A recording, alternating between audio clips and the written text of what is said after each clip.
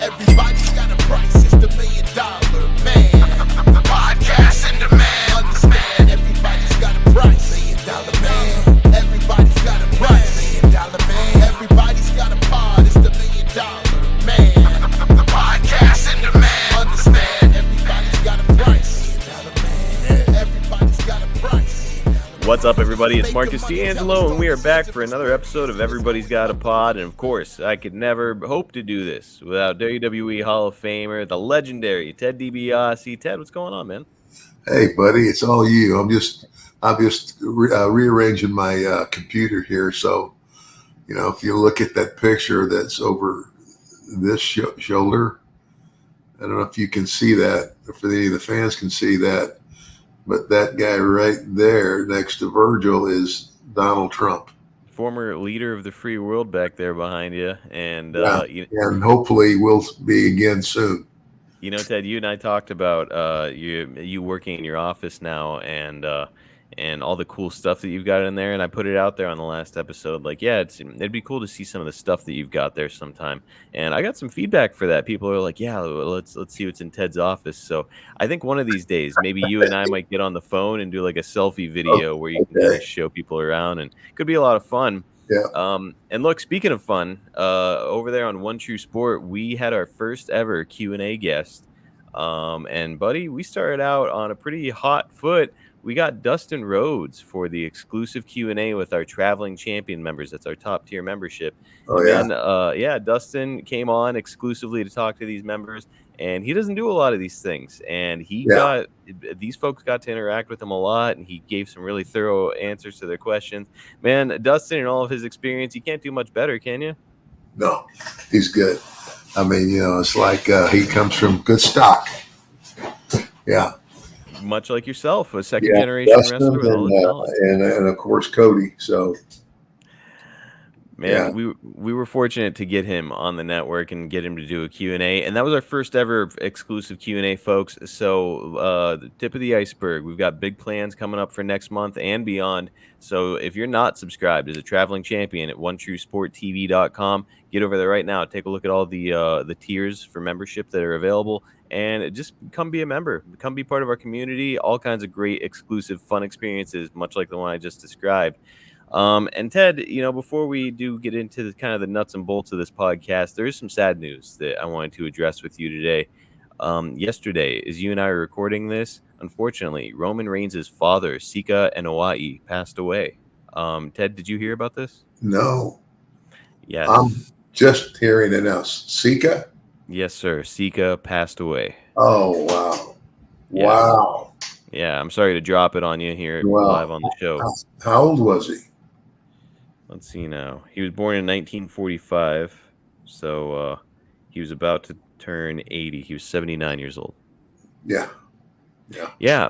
So what a loss to the wrestling world at large, and certainly for the Anoa'i family and the Samoan family tree there. Oh gosh, yeah. Ted, what can you tell us about your times and experiences around Sika? I didn't. I didn't have a lot. I mean, they were when I first met them, they were the Wild Samoans, and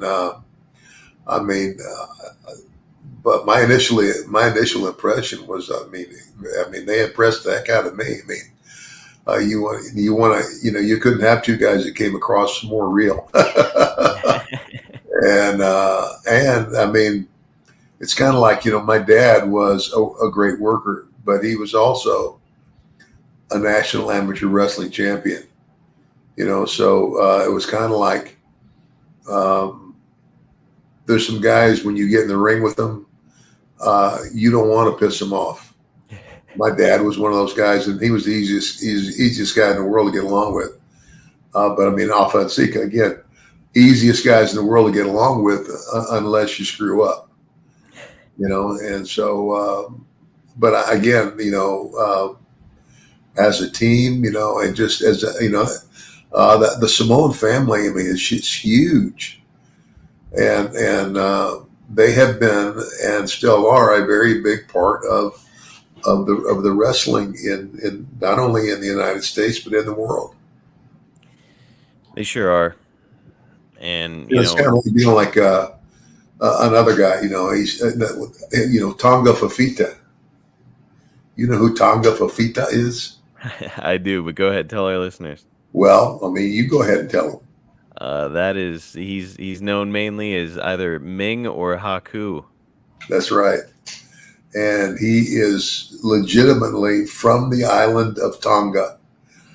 His father was, I guess, the king.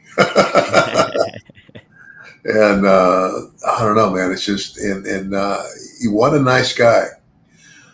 But again, he's one of those guys who, thank God, he's so nice, because he's the last person in the world you want to piss off. and you would have to really do a lot to piss him off. I mean, he doesn't have he's got a great attitude. He's a fun guy to be around and everything. But, he's another one of those guys. If you were stuck in an alley and there were 10 guys with knives coming after you and you could only have one partner to battle with you, it'd be him. So anyway. Man, that Samoan family tree is just filled with incredibly talented human beings, and Sika was another one, and certainly one of the elders of that family tree. So it was sad to see him go. I recorded with Jake before this, and it's one of those things where it's like we hear about these now every couple months. Somebody's gone, and it never quite gets easier, does it? Yeah, no, it doesn't.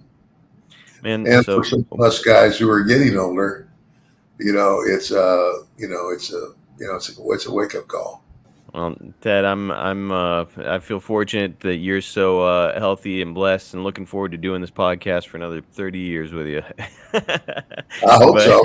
I hope so too. But man, it's I'll either be bald headed by then or totally gray. You and your health is something that's actually going to be playing into our episode today. We're going to get to it near the end of the show. But today, Ted, we're talking about your return to the WWF, but not the main roster. You came back 3 years ago to NXT and made your mark there. And so that's what we're going to be talking about. You and your experiences there with Cameron Grimes and LA Knight. We got some great notes and quite a few of them and a few clips to go through. So we're going to have a good time today. Okay. Ted, I guess probably the best place to start is the beginning of the opportunity. What do you recall about being contacted to come into NXT? I mean, they gave me a call and this is what they told me. They said, Ted, he says, we've got this guy named Cameron Grimes, and he legitimately, invested in the stock market and had a big hit and made a lot of money in a very short period of time. And he said they thought what a great story it would be is like, even though what happened was actually very real, it's like it goes to his head now. That's the storyline. It goes to his head, and he just starts acting like me. He's going and buying all this fancy stuff, and like what they did initially, they brought me in, and for example, we did one thing where he's in a jewelry store, and he's buying a watch, and of course, it's like what is the best, one of the best watches made, a Rolex, but this is a diamond bezeled Rolex. I mean, this thing is so much. But anyway, it's like he's looking at this watch, and I come and I'm looking over his shoulder, and I said, "It's a nice looking watch, kid." But then I hold up this other one that's diamond bezel, and I said, "But it's not $1 million watch." And I just do my laugh and walk away. It's like every time he did something, or like he buys his really fancy car, and I'm like, hey, great car, kid, but it's not $1 million car. And I'm in this like lush plush, what would it be like I don't know, Rolls Royce or something. Rolls Royce. Yeah. Yeah. And I just, and I shut the door and the car's rolling away. All you could hear is, but yeah, we had a good time though. We did. Those vignettes are a lot of fun. We've actually got one that I will be showing you here, and yeah, it's one that you didn't mention among those. So I'm glad. I'm glad I picked this one. It's really funny, and we're gonna watch it here soon. Whenever you did get the call, do you remember who it was that called you about the opportunity?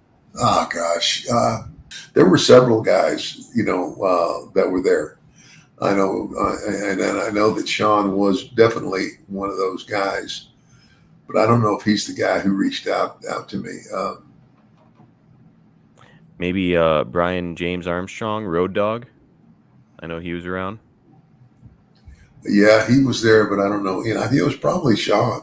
Doesn't matter who called you. I'm just glad that you were there because we got some really great moments. Now, you said it got over really well with the audience. So was it not the original plan to have it be like a program? Was it just like some one-off, silly, fun stuff at first? Well, I think they were.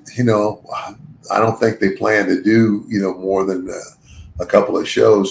Because it was just the uniqueness of them taking advantage of something that really happened. And putting me in there for a couple of weeks.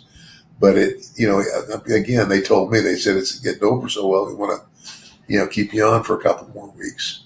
And so I said, I can do that. You don't have to get specific with any figures, of course, but the pay, was it night by night, like a appearance based, or is it one big flat rate for all of your Initially, I think they offered me something, and then when they said, look, if you can stay on, we're gonna obviously keep paying you. So it was, but I can't remember what it was. It was good. I know that. Yeah, hey, look, it's a cool opportunity, and now they just released an action figure of modern day Ted, like the head attachment of Ted of today, so because of this run. So pretty cool. It's like something that you did 3 years ago, kind of just fun. It's ultimately becoming part of your legacy.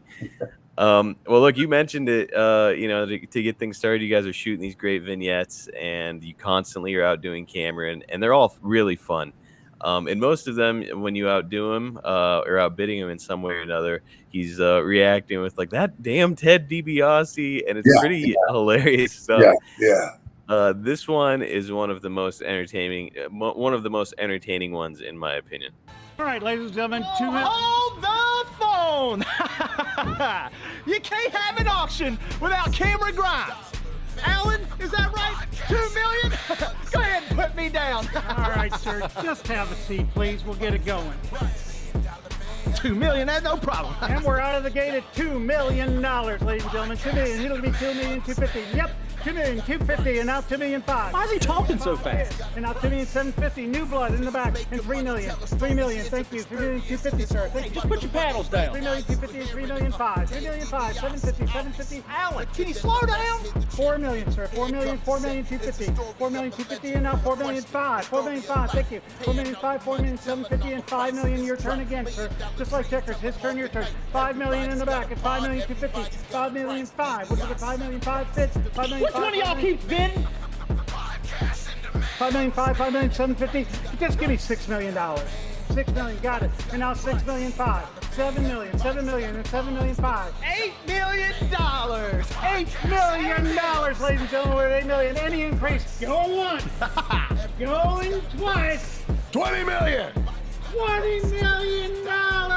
Same courtesy to you, sir. 20 million. This isn't worth 20 million. I'm out. No! $20 million to the gentleman in the back with the deep pocket. Who spends 20 million on a house?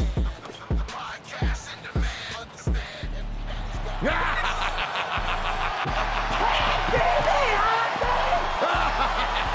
ruining my life, Ted.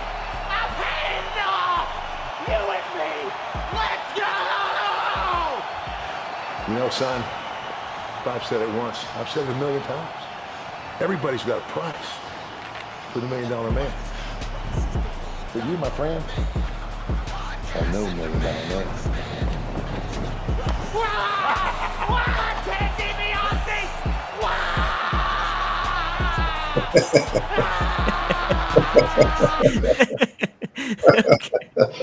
His reaction. It just, That was great, man. Yeah. I tell you what else I noticed. My cheeks were a little bit fuller then. yeah, it's you've been whipping yourself into shape recently, haven't you? Get back in shape here, buddy. But yeah, but that was good. And again, the kid did a great job. He did, and usually I'm really not a fan of like the oversell, like overreaction, overacting. But in that case, really, really entertaining. What did you think about the whole setup between the two of you overall? I thought it was great. I thoroughly enjoyed it. Thoroughly enjoyed it. How about?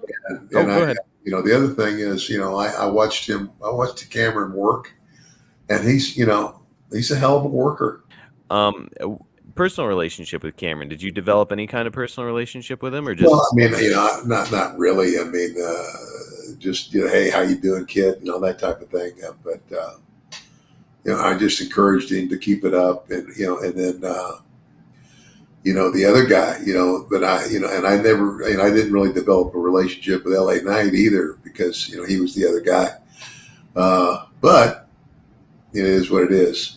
Yeah, no, it's you're there for business, and you're kind of just trying to make your cues and hit your spots and remember your lines probably most of the time. So oh yeah, and that became an issue too for me. Really? Yeah, like there's one place there that like I think the last time I was there, where it's live, right? The show's live, and I'm in the ring, and it's like. And and Melanie said, Ted, she goes, you have never done that. You have never.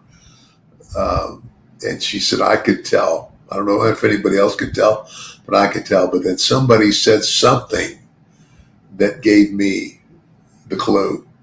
You got lost in the middle of like your monologue or whatever. Yeah, in the ring. Like when this match is about to happen. Gotcha. Okay, so I didn't see that clip, but yeah, I mean, to be fair, you're coming from the whole bullet point generation. They give you a broad strokes on what they want you to say out there, and now you're in the highly scripted part of it where they're telling you, hey, we want you to say this and look like this and do this. So it's like kind of a new world for you. And very new world because I never did that. I never did a scripted interview in my life. And but again, that was one of my gifts. That's one of the things that when Vince hired me, to be this character, $1 Million Man, he says, you carry yourself well. You're very articulate. Your interviews are great. So, but I mean, it's like I kind of take my hat off now to movie stars. Mm-hmm. And you look at some of the dialogues they have and how long they are. It's like, oh my gosh, wow. It's asking a lot. And you remember all that. Yeah. It's probably even worse when you're out there in front of a live audience and like you've got it's like a stage play all of a sudden where it's like you've got very specific things that they want you to say, and it's like it's asking a lot, especially a guy for your generation. Your first time coming in for one of the live shows is on May 18th, and you'll come out and distract Cameron so that Jake Atlas can get a victory. When you first arrived for NXT at the building, what are your early impressions of the setup and production and how the whole thing was run? Oh, I was very impressed. And again, like I said, a lot of the guys that are the teachers there. I mean, Shawn Michaels. I mean, I knew Shawn when he first started. I mean, I was, and when him and Marty Jannetty got together, and that was probably the best thing that ever happened to Shawn is to break that team up because Marty, God bless Marty, he was a good worker, but he just couldn't keep his personal life together. Went off the rails a little bit. On the other hand, turned his whole thing around, and look at the result. You can't ask to be learning from better people and, having more experienced people there behind the scenes for these live shows that they're putting on there at the PC. So it's a good opportunity for these young guys to really kind of hone their craft under some very experienced people and in front of like a live audience, but not a massive live audience. Obviously, Yeah. it's on TV as well though. This is also, as a reminder, the post-COVID era. So when you first start there, the crowd is a combination of live audience and that video audience with the fans watching on screens. Do you remember that? I do. How different or weird is it to be there in front of an Yeah, audience? just that's strange. It's kind of like, you know, Like you don't get the cheers or anything like that quite as much. It's got to be, yeah, really bizarre. yeah. I mean, because that's usually, what you usually play off of is the crowd reaction. So Right. How are you supposed to know what direction to go with the match yeah, if you can't get the reaction out of the audience? yeah. Yeah, strange time in wrestling. So far the entire angle has been pretty much all comedy, and it makes me wonder, like the storyline, the comedic stuff like that. Ted, like you're an old school guy. Did you feel comfortable doing like the comedy type storyline? Well, you consider that. Yeah, I mean, it was, considering who I was and my character, and how long I'd been out, out of the picture and what have you. I thought it was pretty good. Yourself and Cameron will have $1 million showdown to discuss everything, and LA Knight is going to come out and crash it. He'll leave Grimes laying, and you're going to depart with LA Knight. So now we're getting into an angle where it kind of seems like you're with LA Knight. Of course, Knight is really a star on the rise now on the main roster, as we've discussed. And what kind of potential would you say you saw in him out of the gate? Did you ever imagine that he'd reach these kind of heights? I mean, I saw enough of him to know that he, it's kind of like um, the one thing that you can't, the one thing that you can't develop is charisma. You either have it or you don't. You have that special whatever it is that sets you apart from the others, and you can't teach charisma. You either have it or you don't. Now, if you have it, you can help somebody, like grow a little more in it and make it stronger. But again, like I said, LA Knight, I saw it. I said he's got it. So I didn't know how far he would go, but I knew he was going to, unless he screwed up in some way, but he had the potential to go places. And at that point, how far, nobody knew. I mean, because a lot of that, then once he gets the move up, and then he gets into a position, and how is he going to respond in that position, and is it going to vault him back up into a higher one? And that's something only time tells. That's it too. Like, maybe the office sees it in him, but if he doesn't see it in himself or he gets nervous under those circumstances, it could push him back down. So there's a lot of extenuating circumstances that can go into this. But so far, it's like, he's been thrown in the deep end and he's swimming very well. One of the things that is a criticism of LA Knight from some people is that some folks out there are saying that he's kind of just like a carbon copy of like a Stone Cold Steve Austin mixed with like The Rock. He's borrowed a lot of their kind of traits. I don't know that that's a fair criticism. Old is new in wrestling all the time. How do you feel about that kind of thing, Ted? I don't know. I mean, I'll be honest with you. I haven't. It's kind of like I watch him. But I don't. That's what the fans need to understand. They know a lot more about wrestling today than I do Mm-hmm. because I don't watch it anymore. I mean, occasionally I'll turn it on, but I seem to always get frustrated, and I get frustrated because I see the guys going out there and bouncing over that ring like a dummy. And, it's kind of like, tell me a story. Yeah. You're taking all these fancy bumps and everything, and you think that's what it's about. No, it's not about the bumps. The bumps are necessary, but the bumps are like, they're in contacts. Like, why did you take the bump, and how did you sell the bump?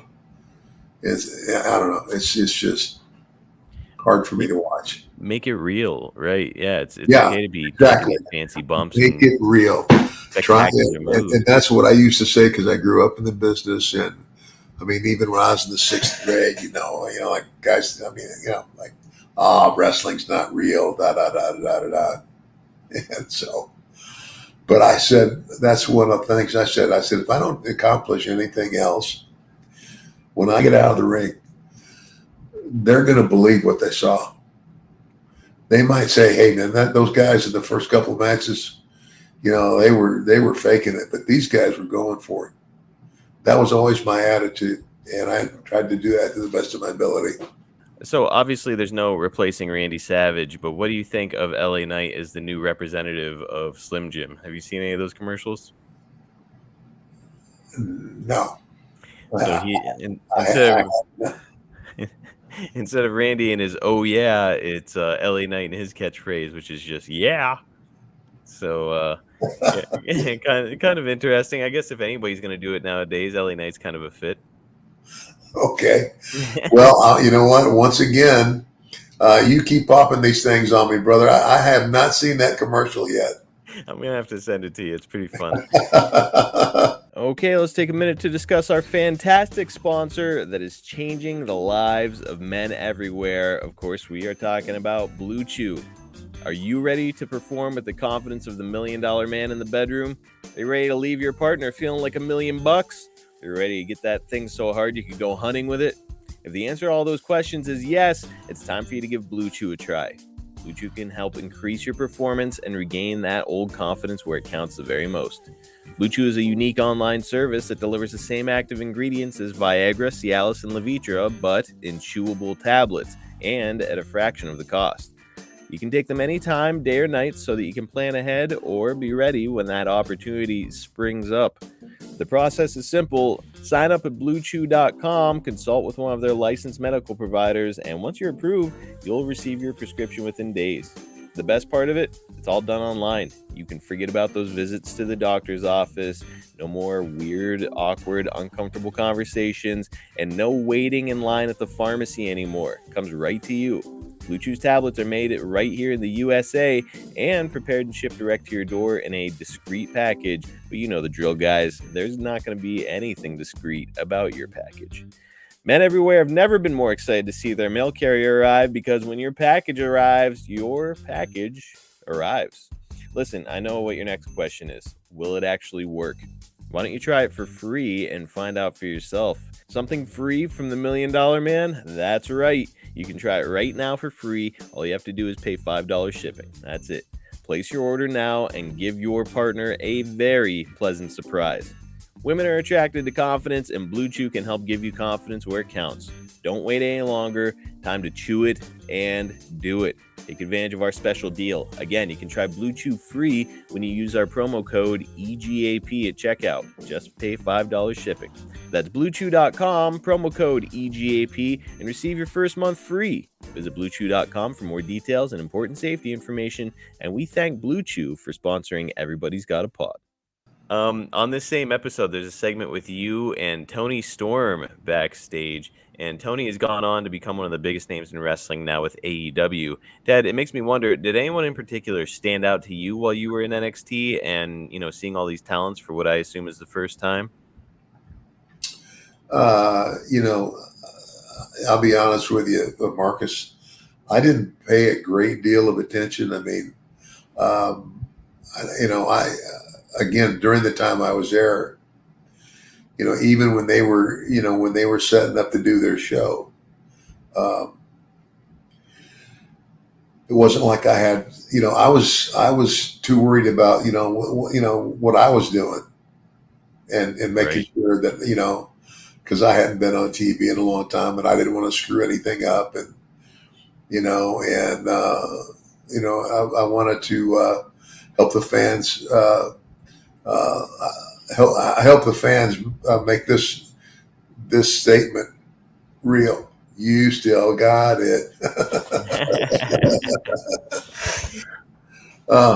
And So yeah, I think a lot of fans on the surface are like, "Oh, Ted's probably back there watching the monitor and catching all these matches." And I wonder what his opinions are like. Fact of the matter is, you're probably trying to get in and out and yeah, remember your lines and know your cues, and you're focused on all your own stuff. So I think it's fair enough that really kind of the only guys you're seeing are LA Knight and Cameron Grimes. So by the next week, you're already on the rocks with LA Knight when you say that he dropped the ball against Jake Atlas and NXT Takeover on June 13th.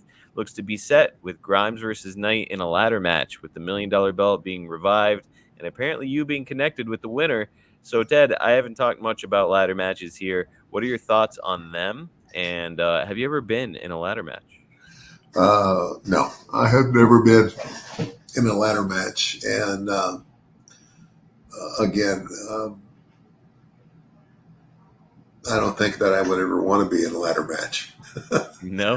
Now, I've been in a steel cage match. I've been in a what do you call it? A chain match where you're chained to each other, Mm-hmm. and things like that. I've been in what do you call it? Texas death match. We're A fall strap match? down, and been in a lot of that, but I've never been in a ladder match, and it's kind of like, and God bless the guys that are willing to go do that. I mean, even gosh, Shane McMahon, got he's just, I guess he's as crazy as his daddy. There's some Had crazy. to take that bump, that huge bump off of was it a ladder or a cage? He was up on like a big Titantron, but I did see him get thrown off of a cage and through a table one time, Yeah, which is pretty yeah, crazy. I was actually there live for that moment, and I was like, "Wow, that was an yeah. insane thing to do." But yeah, it's funny because picturing you in a ladder match, I'm sure you'd put together a hell of a match and it would be fun. And I would just venture to guess though that you would maybe not take any crazy bumps. No, not anything that's going to be life threatening. Fortunately for you, you'd be a heel, so you could let the baby face take all the crazy bumps.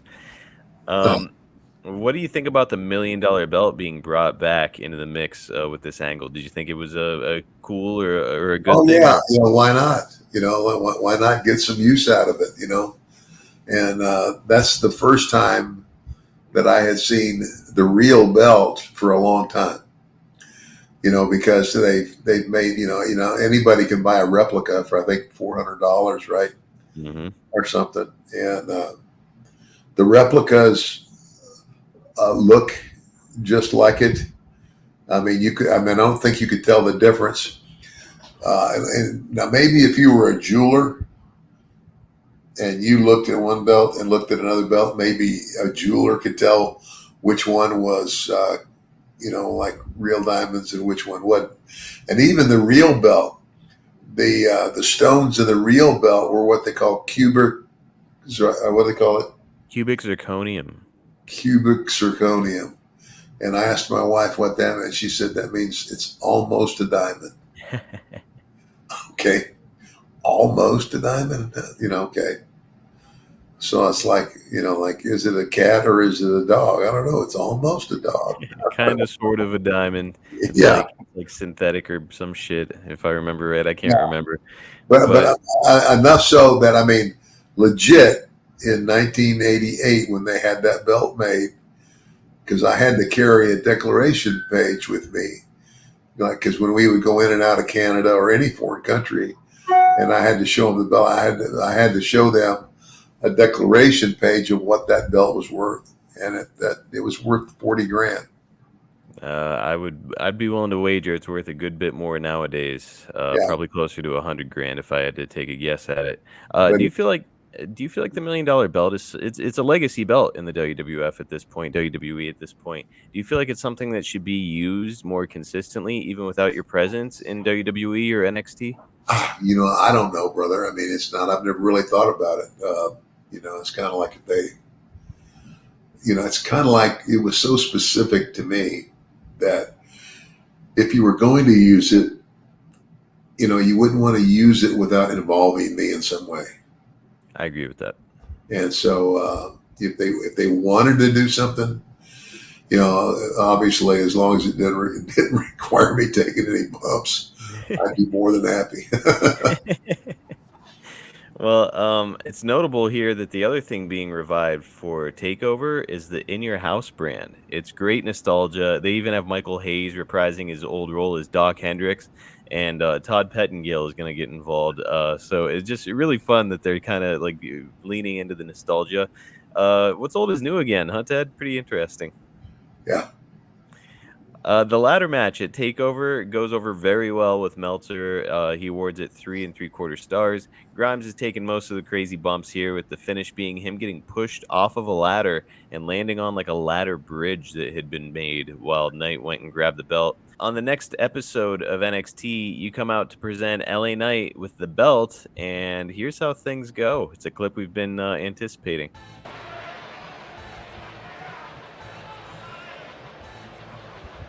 Save us the dead air. You are grabbing the belt out of the suitcase and putting it on his shoulder. Shaking hands. Ladies and gentlemen, the new $1 million champion, LA Knight.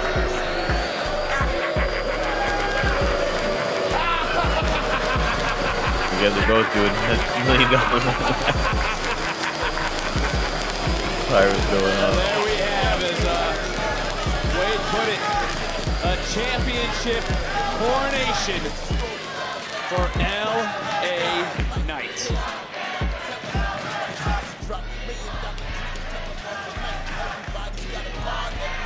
Look, I understand everything you're saying.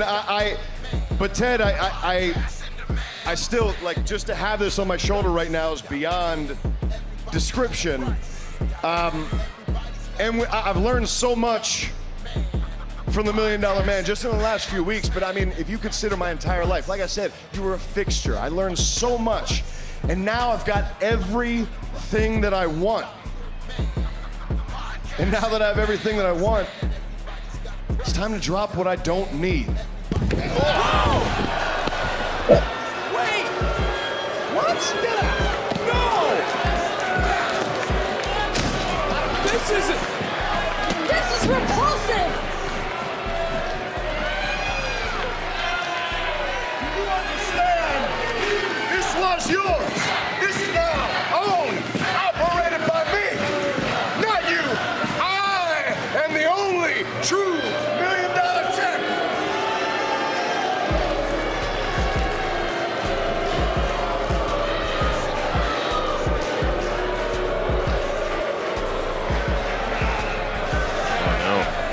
Taking off the jacket, ready to give you a little more. This is an absolute disgusting display. He's a Hall of Famer. LA Knight is a trash bag human being. How do you do that to a legend? Now what do you do? Now what do you do? You're $1 million champ. Come on, it's Cameron Grimes!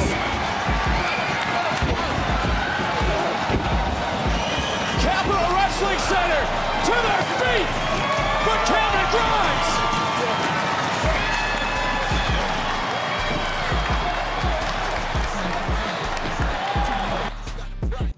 All right, there we have it. A Cameron flyback to the belt. rescue.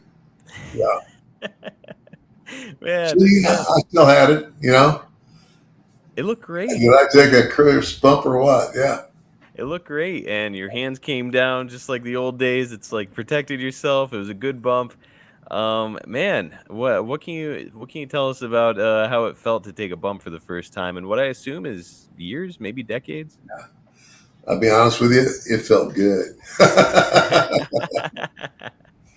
I mean, it's kind of like one of those things, maybe a pride thing where, realizing that, and okay, now that was what, 2 years ago? 3 years. 3 years ago. So I was 67 then. Yes. And, again, 67, usually you're not still in the ring for anything, but, just for my own peace of mind. And I guess, like, okay, Ted, You are getting older, but don't act like you're 70. Mm-hmm. And it's like even my wife has told me that here lately. You know, uh, you are 70, but there's a lot of people who just don't accept it, and they're going to live like they're 60, and it probably helps them extend their life. So That's it. And you certainly didn't look like a 67-year-old taking that bump. It was textbook, looked great. yeah, Were you sore the next day at all? no, I wasn't.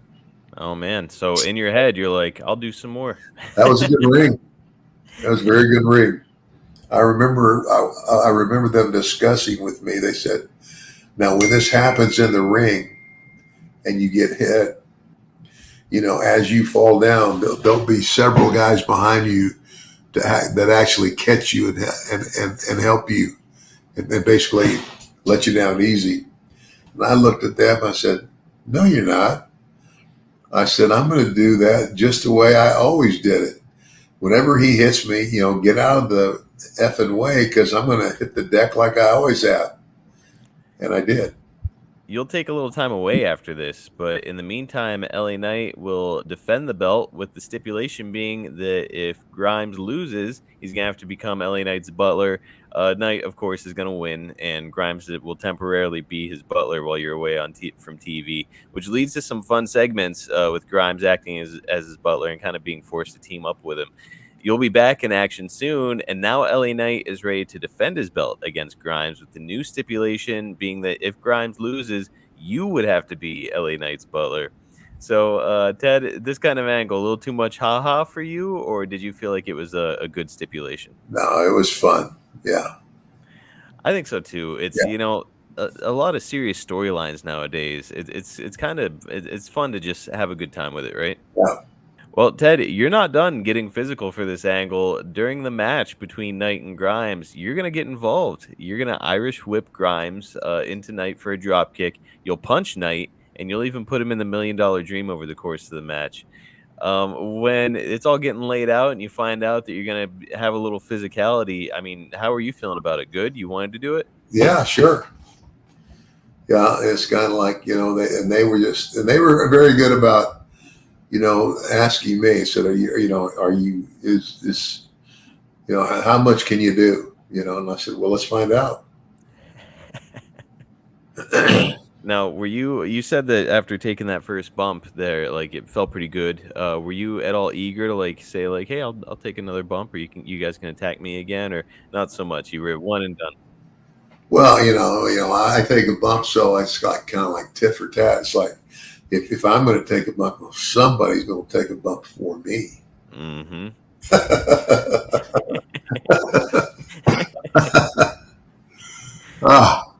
I'm curious. How did Mel feel about you getting physically involved in wrestling? The bump, and then you're punching guys and throwing them around a little bit. Like, It was okay. She didn't mind it. Well, no, she didn't mind it because she knows that I know what I'm doing. And it's like it's kind of like what does that say? Like you never forget. You get back up in the saddle, and you never forget. So. Yep. And I never forget. Now, Ted, if you were a betting man, would you put money on it that was the final bump you'll ever take in your whole life? Now that I am 70, I would probably venture to say, yeah, there's no more bumps for Ted. I would say that you've given all the bumps you need to for your career. Well, Grimes is going to win the match. It gets a great review with Meltzer again, and Meltzer's going to call Grimes one of the best overall performers in wrestling. Ted, did you feel that way about Cameron? That one of the best? Well, and I did. I mean, I thought the kid had it, and I thought, again, LA Knight. I said both those guys. In my opinion, they took two of the best guys they had at the time in the developmental program and put them together, and involved me. And it got. I mean, like I said, it got over because they kept bringing me back. Mm-hmm. You know, because their ratings were good, and so yeah, it was kind of like I'm kind of. I guess but I haven't. You know, I wasn't around a lot or anything. You know, and again, I thought both Cameron and LA Knight. I thought they would both go on and make it, you know, into on the roster, you know, and I thought they would both do well. And obviously, LA Knight has done very well, and I'm kind of baffled by why Grimes didn't make it. Me too, to be honest. He was really over. Like his gimmick was strong, you know, a lot of fan support. So pretty strange that he didn't get the opportunity on the main roster where I think he could have really shined. Yeah. So who knows? There Yeah, may be a lot of things that nobody knows. right. So We don't know what's going on behind the scenes. Not to say that he was a shit disturber or anything like yeah, that, but like, you know, things happen. So yeah, it's a shame, and I'm sure that he's got some really still got a bright future in wrestling. There's plenty of opportunity elsewhere. Yeah, and by the way, these matches between these two are getting like nice star ratings. Like, you know, two guys with great chemistry, and you're programmed along with them, so it's a pretty good spot for you to be in. But however, this match is going to be it'll mark the end of your involvement in NXT. However, we get one more classic moment, your final moment with NXT, and brother, it's a great one. Cracks me up every time I see it. Let's have a look. What a journey, Ted! Yes, sir, buddy. It has been so much fun, man. What a great time. I could have buddy. never asked for any more. Like all good things, though, this has to come to an end. You said it, Ted. You bet, buddy. And as much fun as I've had being this $1 million champion, I put some thought into it, Ted, and this is your legacy, and it belongs to you. Well, man, well, thank you. I thank you, Ted. Thank you so Thank much. you. Cameron? Cameron, no, come here. Look, I want you to have this. The $1 million championship. $1 million championship. Look, I want you to know something. Every time you look at that championship belt, you're going to remember who you are. And remember, kid, there's only $1 million man. Ted, this means the world to me, but this doesn't really sound right. And it really doesn't feel right either. WWE official shop replica championship? You just switched the championship on me? Replica championship? That damn Ted DiBiase.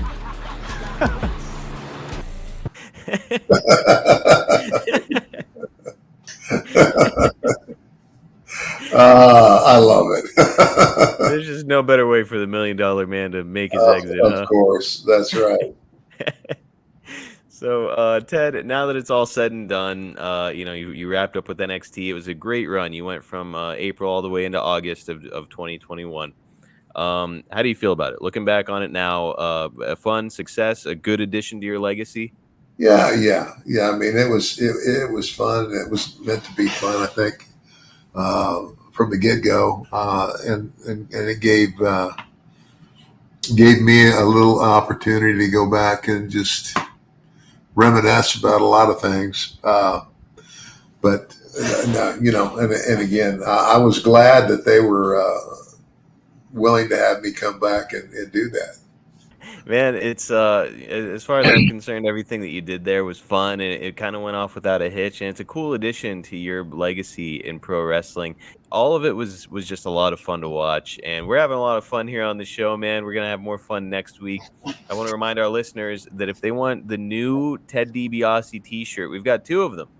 You can get them right now at onetruesport.com. If you're watching on YouTube, I've got one pulled up right now. I think it was Ted's first ever t-shirt in wrestling. I don't even know if they made it for people to buy, but it's Face Arranging by DiBiase from back when he is quote unquote attacked Bullet Bob Armstrong and messed up his nose back during his Georgia days. So that shirt is available right now at onetruesport.com, along with another one for Ted, and there's more on the way. So go over to onetruesport.com and have a look through the collections we've got there. Also, go to onetruesporttv.com and get signed up at one of our tiers. There's contender level at the base, $7.99 per month. Then you've got workhorse at the $24.99 per month. But the one you really want to do for real, especially if you want to have opportunities to talk to guys like Dustin Rhodes and others as we continue, do the traveling champion level. It's just $39.99 per month. Compare that to our competitors, and you'll see that we've undercut them by more than half.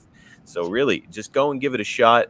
Let us know what you think. We want all the feedback. We want to build a community over there. And I'm thankful for the community that you and I have built here, Ted, on Everybody's Got a Pod. Yeah, everything. Thanks, Marcus. I mean, you do such a good job of, going back and looking up all that stuff. And you have, in the course of this partnership that we have, there has been so much that I have remembered. The pleasure is all mine. I love doing the research and getting to chat with you about it afterwards. Yeah, great. You do a great job, buddy. I appreciate it. I appreciate you, brother. For our listeners, please catch Ted this weekend at Planet Funk Con in, where is it again? Davenport, Iowa. Let me see. Make sure now. Yeah, Davenport, Iowa.